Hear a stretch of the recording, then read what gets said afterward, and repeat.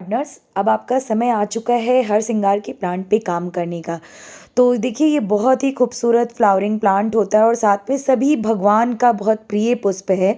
तो आज मैं करने वाली हूँ इस पे काम, क्योंकि इसे हमें तैयार करना है अपने सीज़न के लिए बहुत सारे फ्लावर्स लेने के लिए। तो हर श्रृंगार का प्लांट अगर आपने लगाया है गमले में या फिर ज़मीन में, सभी पे आपको इसी तरीके के काम करने हैं। तो मैं सबसे पहले करने वाली हूँ इनकी सॉफ्ट प्रूनिंग या हार्ड प्रूनिंग या पिंचिंग, आप कुछ भी कर सकते हैं। तो मैं इसी प्लांट पे तीनों ही चीज़ें करने वाली हूँ। जो बहुत ज़्यादा लैगी ब्रांचेज़ हैं उनको मैं एकदम कट आउट कर देने वाली हूँ, मतलब हार्ड प्रूनिंग करने वाली हूँ।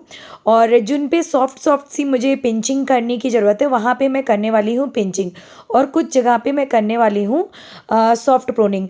तो सबसे पहले देखिए, जो इस तरीके से मैंने ब्रांच अभी हटाया है तो वो हो गई हार्ड प्रूनिंग। और पिंचिंग की बात करूँ तो जो दो लिप्स हम जब हटाते हैं ना, जिनको हम आसानी से नाखून से ही हटा देते हैं, वो होती है हमारी सॉफ्ट पिंचिंग। तो इसी तरीके से मैं अपने पूरे ही प्लांट में सॉफ्ट प्रूनिंग, हार्ड प्रूनिंग और सॉफ्ट पिंचिंग इस तरीके से करके मैं अपने प्लांट को देने वाली हूँ शेप। तो बहुत सारे फ्लावर्स आते हैं उसके लिए, उस पे जब इतने सारे फ्लावर्स आते हैं ना, उस पे बहुत पहले से हमको काम करना होता है। तो इस तरीके से आप सभी भी अभी अपने हर सिंगार के प्लांट को तैयार कर लीजिए, उनकी प्रूनिंग कर दीजिए और साथ में ही कुछ चीज़ें हम अभी इसमें ऐड करने वाले हैं। वीडियो को पूरा देखिएगा और अगर वीडियो आपको थोड़ा भी इन्फॉर्मेटिव लगता है तो प्लीज़ लाइक करिएगा, शेयर करिएगा और साथ में ही अगर आप मेरे चैनल पे नए हैं तो प्लीज़ सब्सक्राइब माई चैनल। तो इस तरीके से देखिए, हम अपने पूरे प्लांट को एक शेप में ले आएंगे। मैं हमेशा अपने प्लांट को अपने हाइट तक रखती हूँ, जिससे वो देखने में अच्छे लगे। तो यहाँ पर देखिए, मेरा जो गमला है वो 16 इंच का है, आपका हो सकता है 12 इंच का, क्योंकि मेरा प्लांट जो है वो करीबन 6 साल के हो चुके हैं। तो इस तरीके से देखिए, आपको इनकी करनी होगी डिगिंग। और डिगिंग करने के बाद, क्योंकि इनकी जड़ें बहुत जल्दी फैलती हैं, जो फाइब्रस रूट होती हैं वो आपकी इनके गमलों की दीवारों पे जाकर चिपक जाती हैं। और फाइब्रस रूट का काम क्या होता है, आपने जो फर्टिलाइज़र दिया है वो प्लांट तक पहुंचाना। तो जब रूट्स जो है आपकी जो गमले से चिपकी रहेंगी, तो वो बहुत ज़्यादा खाना अपने अंदर एब्जॉर्ब नहीं कर पाएंगी। इसलिए देखिए, मैंने पूरी अच्छे तरीके से अपने हाथ के बराबर मिट्टी खाली कर दी है और रूट्स को भी कट कर दिया, जिससे कि नई जितनी फाइबर रूट्स निकलेंगी उतना ही वो खाना अपना एब्जॉर्ब करेंगी जो हम अभी देंगे। तो इस तरीके से आपको भी करना है, चाहे वो 12 इंच का गमला हो या फिर 16 इंच का या फिर उससे बड़ा। तो यहाँ पे करीबन मैं 250 से 300 ग्राम यहाँ पर डालने वाली हूँ अपना वर्मी कंपोस्ट। आप डाल सकते हैं काऊ डंक मैन्योर, जो कि काफ़ी अच्छा सा सड़ा हुआ हो।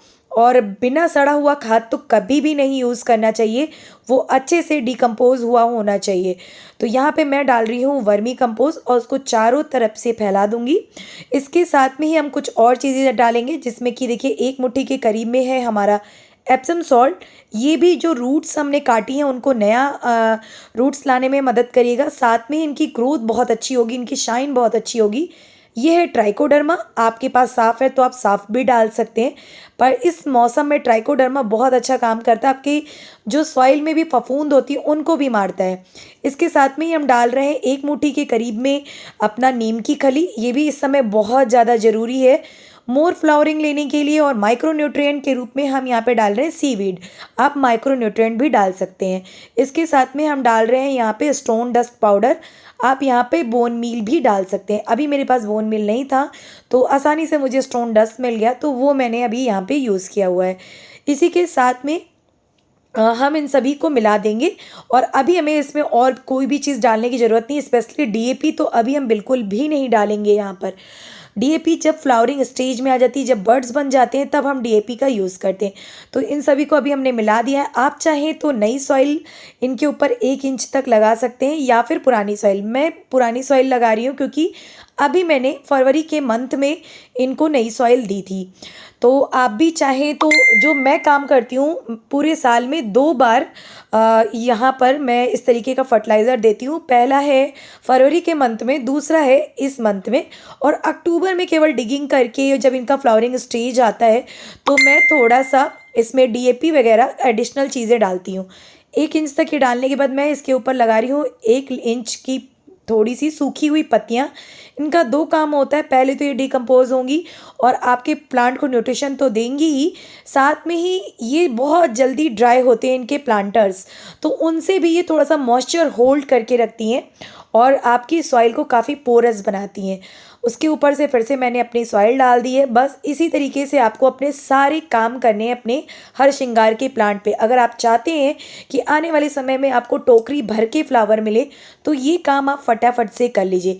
तो ये देखिए मैंने इस तरीके से सॉइल लगा दी। अब इसमें हम वाटरिंग कर देंगे और बस इनको धूप में एंजॉय करने के लिए रख देंगे। तो देखिए फ्रेंड्स, मैंने अभी सारा काम कर लिया और इस तरीके के मेरे पास 3 पॉट हैं और तीनों पॉट में मैंने यही काम किया है। सारे की प्रूनिंग कर दी है और सारे को फर्टिलाइज़र दे दिया है। तो ये हमारा तैयार हो गया। अब जो मेरे ग्राउंड गार्डन में लगा हुआ है तो उसमें इतना ज़्यादा फर्टिलाइज़र मुझे देने की ज़रूरत नहीं है, लेकिन वो अभी भी फ्लावरिंग कर रहे हैं। तो होप सो फ्रेंड्स, आप लोगों को ये वीडियो इन्फॉर्मेटिव लगा होगा।